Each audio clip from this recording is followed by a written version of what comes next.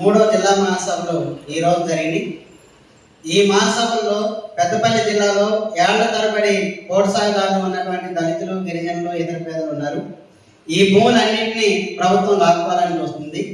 అట్లాగే ప్రభుత్వ ఇనాం భూములు, బంజర భూములు ఈ జిల్లాలో ఉన్నటువంటి పేదలు తరతరాలుగా అనిపిస్తున్నటువంటి భూములు చాలా ఉన్నాయి. వీటన్నింటిని కూడా గ్రామీణ పెత్తందారులు లాక్కోవాలనేటువంటి ప్రయత్నం చేస్తున్నారు.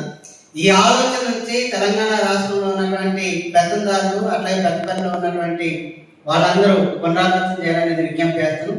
ఈ భూముల రక్షణ కోసం పెద్ద ఎత్తున ఆందోళన పోరాటాలు వ్యవసాయ కార్మిక సంఘం రానున్న కాలంలో చేపట్టబోతుంది.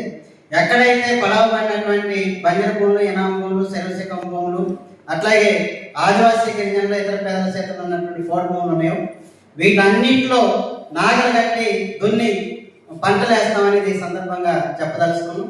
అట్లాగే కేంద్రంలో ఉన్నటువంటి నరేంద్ర మోడీ ప్రభుత్వం ఉపాధి హామీ చట్టాన్ని రద్దు చేసి విబిజి రామజీ చట్టాన్ని తీసుకొచ్చింది.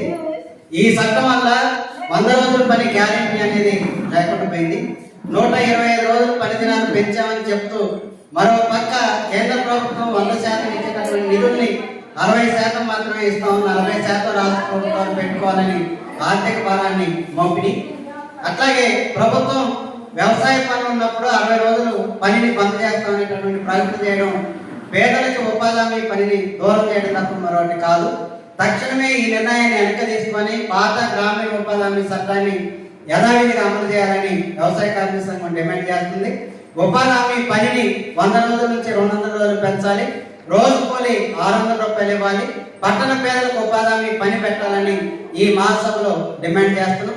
అట్లాగే రేవంత్ రెడ్డి ప్రభుత్వం మేము అధికారంలోకి వస్తే తెలంగాణ రాష్ట్రంలో పట్టణ పేదలకు ఉపాధి హామీ పని పెడతాం. ఉపాధి హామీ పని దినాల్ని 150 రోజులు పెంచుతాం. రోజు కూలి 400 రూపాయలు ఇస్తామని చెప్పారు. సంవత్సరంన్నర అయినా కానీ ఇప్పటి వరకు ఉపాధి హామీ పని అమలు గురించి మాట్లాడలేదు. అట్లాగే 6 గ్యారెంటీల స్కీమ్ని ఆర్భాటంగా ప్రకటన చేశారు.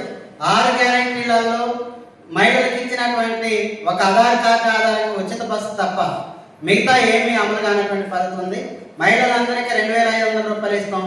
పేదల రైతాంగానికి కౌలు రైతులు ఉన్నటువంటి వాళ్ళకి 15,000 ఇస్తాం.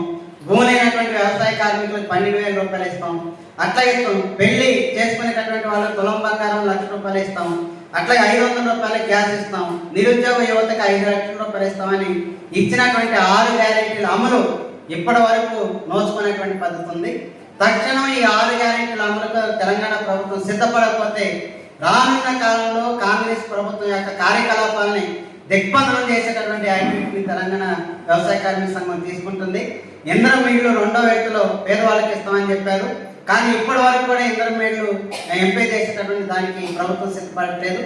ఇంటి స్థలం లేని వాళ్ళకి 250 చదరపు గజాలు ఇల్లు ఇచ్చి 5 లక్షల రూపాయలు ఇస్తామని చెప్పారు. ఎస్సీ ఎస్టీ వాళ్ళకి 6 లక్షల రూపాయలు ఇస్తామని చెప్పారు. కానీ ఎక్కడ కూడా ఇల్లు లేనటువంటి పేదలను గుర్తించడం కానీ ఇళ్ల స్థలాలు ఇవ్వడం కానీ ప్రభుత్వం సిద్ధపడినటువంటి పద్ధతి ఉంది. ప్రభుత్వం కనుక ఈ విధానాన్ని మార్చుకోకపోతే ఎక్కడైతే ప్రభుత్వ స్థలాలు ఉన్నాయో వాటన్నింటిలో పేదలతో గుడిసెలేపిస్తాం.